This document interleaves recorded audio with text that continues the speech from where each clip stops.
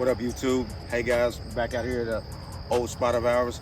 Man, we have been having some crazy storms, guys. Not a lot of flooding, but the water's pretty much normal up here. We did have a lot of grass prior to this week's storms and whatnot, but as you can see, it's shifted a lot. We got patches of it out here. So what I like to do, I got grass patched up like that and a lot of clear area like that. I like to throw me a good old swim jig. I mean, you guys that follow me on Facebook and Instagram already know I've been throwing a swim jig for a while now, and I just want to kind of break down some of the ways of how I do it. Now, for one, your gear. As you guys can see, I went and got the Quantum Icon PT. It's a 100, and it's a 7:01 gear ratio, right? This is just it's not too super fast, so I can really work that swim jig the way I want to. I can kind of let that fall in some of these little holes out between this grass and work it on out. And two, it's just strong. I mean, you got 11 ball bearings in here, and you got about 18 max drag on there. So it's just a really solid reel. And two, you want to go with you don't have to, but this is my personal preference, but I like the Denali Lithium. And as you can see, this is the Worman jig. Got the 7.4 medium heavy. So the reason why I want something like that, I want a longer rod for them long casts. Because you're gonna be working this thing, at a moderate pace to medium pace. What I'm saying about moderate to medium, you're gonna be making long casts, and this thing, the technique I'm using, you're gonna be bouncing this thing, or you're gonna just be swimming it. You want a long cast with this bait. But now, if you're flipping and pitching in some grass, I would recommend a 7.1 or a 7 foot or a 7.2. Just short little targets. But if you're fishing a place like this where it's open, a lot of open water, grass on the bottom, spotty grass right here, and you want to hit them long targets out there without being seen in this semi-clear water, you want a longer rod, guys. And I got this paired up. This is 15-pound Seaguar, of course. And then, of course, gotta have, guys. And this is a must. Gotta have that Seaguar or some type of strong fluoro or braid. Generally, a lot of people throw their swim jigs on braid because it does help with the hookup, so you don't have to trim that weed guard. But as you guys can see, when you have a weed guard, the purpose of that weed guard is to keep the weeds off. So as you look, when you set the hook, that hook goes right between that weed guard. But a lot of people like to trim them. I don't personally like doing that because I like to keep my swim jigs really weedless. I do not like to throw that swim jig out in situations like this and come back with a whole clump of grass, every cast. I do not like that. So I like to keep them just as they are. But with that being said, guys, that's enough talking, guys. Let's go ahead and get into this video. All right, guys. First thing I'm noticing when I come to a place like this and I want to throw a swim jig, as you look out there, there's bait. You see there's bait all up top, right? I mean, everywhere. You got little bait balls all over this place. So the first thing I'm gonna do is, my first cast, usually gonna be past my target, especially with the swim jig. What I'm gonna do is I'm gonna take that first cast, past my target, and immediately start working it. The bait's on top, so I'm gonna work that bait like that. See that? Swim right through that bait, and I'm gonna let it fall. You missed it. Not super fast on the fall, kind of follow that bait down with my rod and keep that tension on it. So we passed that right there, another bait ball. We'll pass it right to the edge of this grass. I'm gonna see if I can get one to come out and get it. So when I go through that bait ball's gonna dissipate. If you can, try to go around the bait ball or right above it. And usually you can get a strike like that and keep that bait ball right there. But if you're just looking for a bite, like in a tournament or something like that, you won't mind that bait ball getting a little bit disturbed if you can get a 2 or 3 pound bass to put in that live well. So I'm gonna work that bait, just like I did. See how it's all moving? Now I'm the biggest thing in that bait ball. So my bait's gonna be a lot more attractive. That's why I got that first bite. It's gonna be a lot more attractive than all that little fry, the little bass fry down there. The goal is to get big. That's the main goal, guys.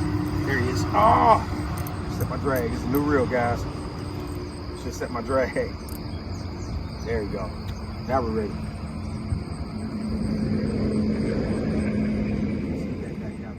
All right, next thing I'm gonna do, right here.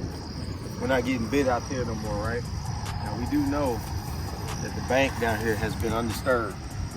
You got about 3-foot visibility out here. So what I'm gonna do is I have a target, I have a grass line. I have an inside target and I have an outside. The first thing I'm gonna do is I don't want to disturb what's on the inside. I'm gonna toss right out here to the outside of this grass line first. See if I can get one. Oh, that's grass. There's a little bit of grass right there.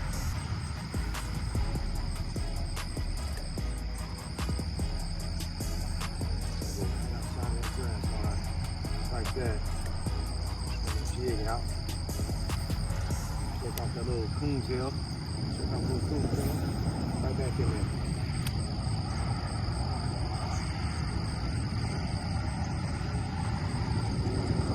Now you want to use a medium to a medium heavy when it comes to swim jigs. And the reason why I say that, you want to be able to eat it because you're moving it at a pretty good pace.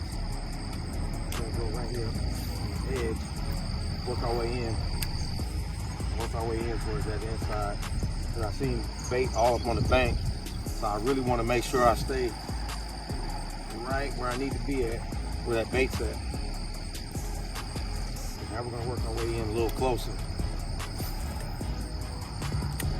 Now we're in a sweet spot. Let's see what happens. Now guys, a lot of times in clear water, I usually want a darker swim jig, but we pulled up on it and I kind of thought with the clouds going, they'll be a little more active, so I went ahead and throw this more shad-like pattern. It's usually anything like a green pumpkin, black and blue, or something like that, or any type of watermelon color. You want to really just use them in these clear settings.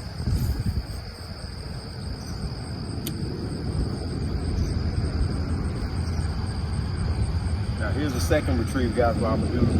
They're not hitting it off of pumping it. They're not hitting it off pumping it. It is not a cardinal sin to do this right here, guys.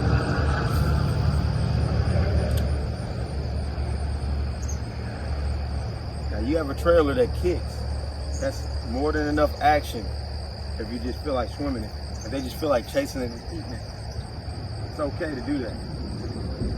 Here, take a look. Look at the trailer. And right here we got a rage bug on here. So we're gonna go. You look at that action. Look at that action. Look at it. As you can see, that bluegill was chasing it. And we just had a blow up right here. Let's see if we can get him to hit it off that.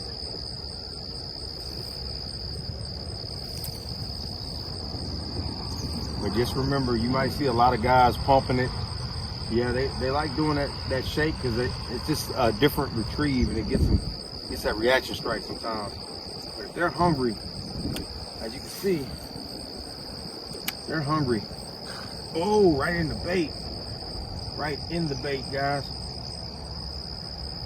You can swim it. And sometimes get them to react to it and eat it too.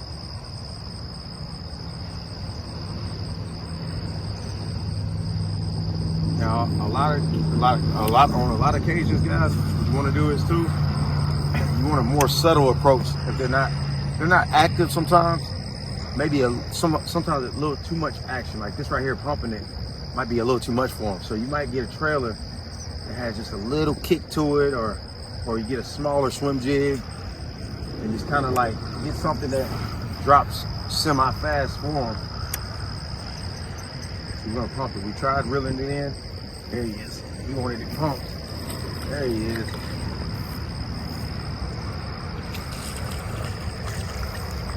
Now, once again, not a big bass, guys. It's not a big bass. But the result is what you're looking for. Not a big bass, but the result is what you're looking for, guys. If a small guy like that will eat it, a big guy will eat it. And as you can see where that bait was, I cast right past that target. See that bait still over there, kind of bubbling, right? So I'm right past my target again. There we go, I went right through him. He wanted it pumped. So that retrieve right there worked for him.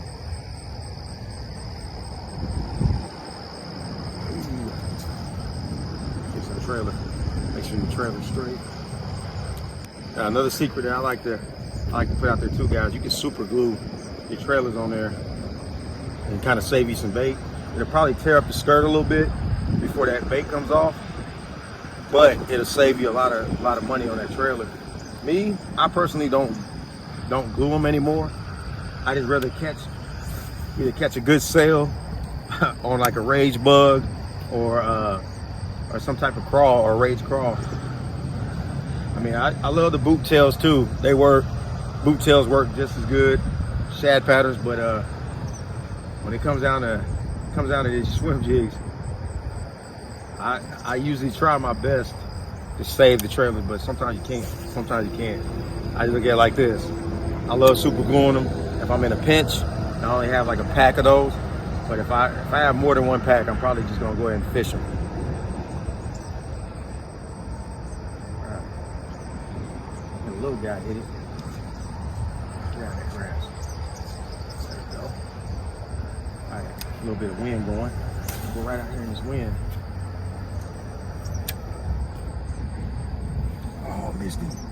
All right, guys, there's a couple of things other than grass what you want to look at.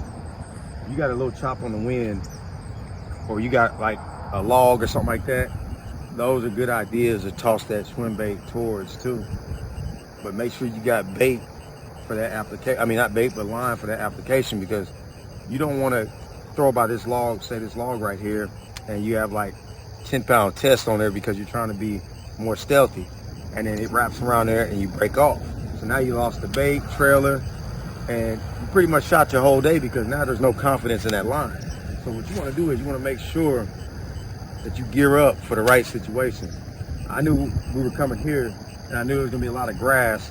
So what I did was I went ahead and loaded that 15-pound fluoro on because I knew I was going to need something to pull these bigger bass out of this grass out of here. And I also knew there's trees up under here. I mean, it's clear water, but you can't see everything out here. Because like I said, 3 to 4 foot visibility, and you got a place like this that's pretty deep, you're not gonna always be able to see what's down there just because the water is pretty visible up close. So what we're gonna do is we're gonna just play it safe and make sure we got heavy enough line, you know, to be able to pull these fish out of here. Now, would I love to throw 10-pound test in here and be stealthy, maybe 12-pound test?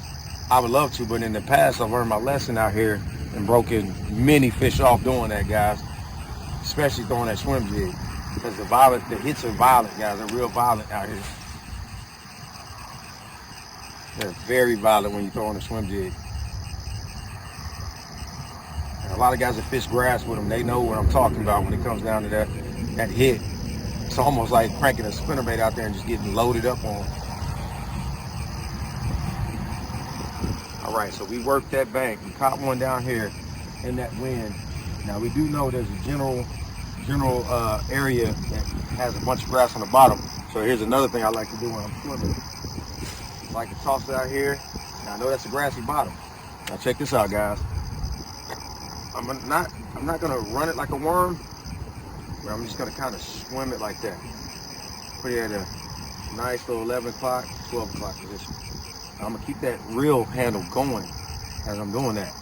Because look, as you can see, I'm not catching up in that grass. And there's a lot of grass down there.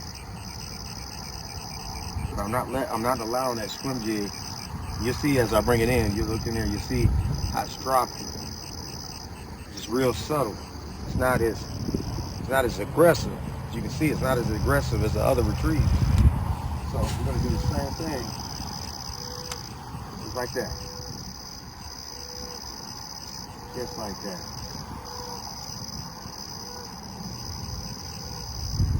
Just like that, guys. Keeping it just off that bottom.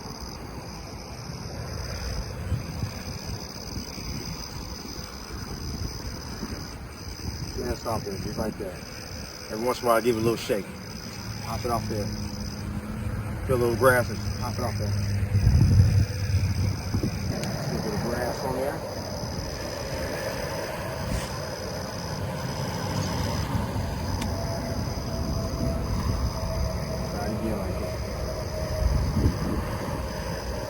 Slower retrieve, but it's a big fish technique right here.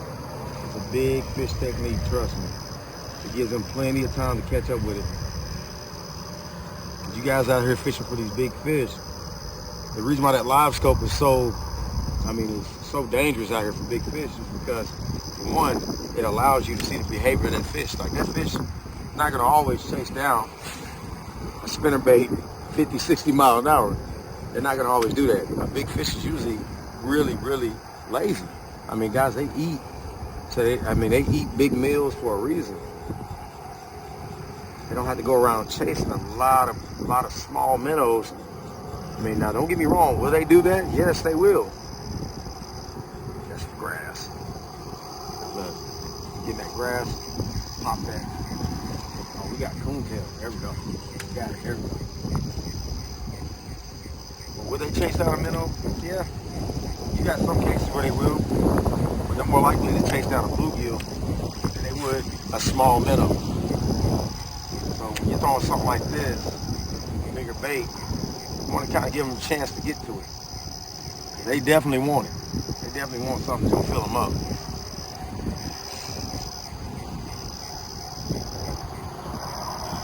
Got a lot of wind going.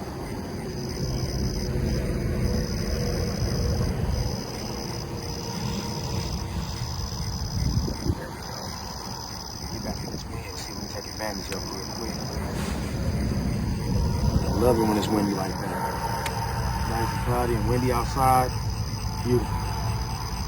Perfect conditions for me, man. I love it. There we go. Oh!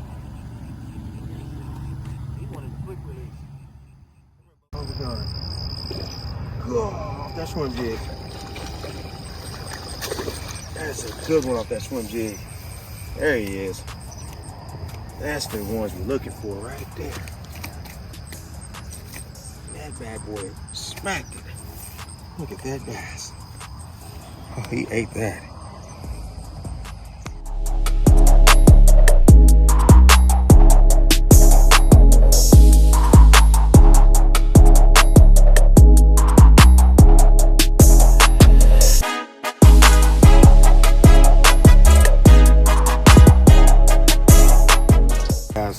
The white had wore off. They had stopped biting at it a little bit, so we switched up. Got more of like I said, more of a green pumpkin. But I got a blue crawl trailer on there, blue crawl rage bug on there, and I just caught that big one. It's probably close to probably 2.5, 3 pounds. But guys, like I said, when you got that clear water, and sometimes you got these dark conditions like that. Sometimes these little darker colors will get it going. Now, I'm not saying this won't work in sunny like weather, but I'm just saying that sometimes something like this, just that little subtle change.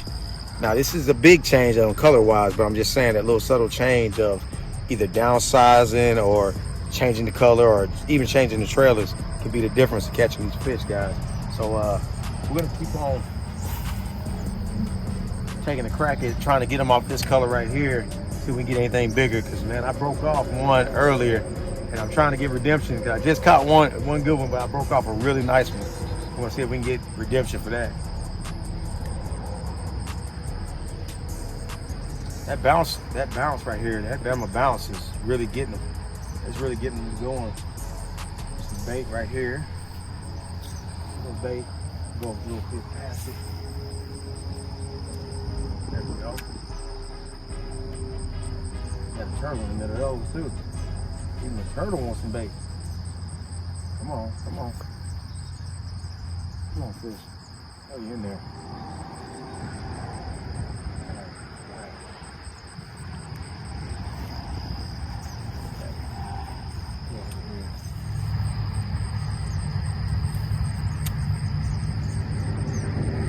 Now, guys, another thing I want to make real clear. A lot of times in a pond might not be as effective on the lake. So what you want to do is you want to make sure when you're fishing that lake, if you want to fish it the same way you do a pond, make sure the spot on that lake looks similar to what you're fishing out here, because that's another way that I would like to break down how I'm gonna use my swim jig. If I'm having success in a pond and I got a lake that's like this, got vegetation, fairly clean, I'm gonna probably fish it as similar as I would that, this pond, just on that area of the lake. But it's gonna vary on that lake because you're gonna have what rock piles. You're gonna have a lot of brush piles and stuff like that. You're not gonna be able to work a swim jig like you would a brush pile in a pond, guys. It's not gonna be the same. So what you wanna do is you wanna make sure you apply the technique that's gonna work for that area. Because I mean, you might get lucky. I mean, some guys go out there and they get a pattern or a technique that they've used on a pond, and it just wears them out on certain lakes. But I'm guarantee you it's not gonna work everywhere you go if you're just throwing that out there like you're fishing a pond. And if you're on a bigger body of water, you're gonna wanna probably fish a little deeper in the summertime or the winter, a little slower sometimes, and you're gonna probably wanna get something a little more attractive than you would in a pond, or subtle, depending on how the mood of the fish is. I mean, you wanna make sure that you're paying attention to how they bite your bait, take mental notes on how they're reacting to the way you're working that technique. If you're not taking mental notes, none of this stuff will apply and work for you. Because for one, if you just throw a bait out there and get bit and you don't really pay attention like how you were moving it, you're not going to be able to duplicate that same pattern. You'll be out there struggling. You have that one and done, and you don't want that. And that's why I think happens a lot of times when we get baits like a swim jig or a chatterbait, or even certain types of crankbaits. I mean, if you got a certain stop and go method that was working and you just want to crank it in, sometimes you might get beside yourself and rush it or fish too fast, and you don't want to do that either. You want to stay right on beat. You want to make sure you're dialed in. You want to stay dialed in, especially in the tournament time. You don't want to find a winning bite, switch it up, and then you can't cull or come in with a small bag, or you zero. I mean, at worst you can zero. So let's not do that, guys. Let's just kind of be smart, keep our heads on our shoulders, and just kind of pay attention to how we're doing it. But you can see I'm working this thing the same way I was. Every catch I had was doing this Bama bounce, and it's been working everywhere I've been. Now, I'm not saying that it's worked the exact same way on the lake as it has the ponds, but it has caught them at the lake for me. But I do a different. Let me change.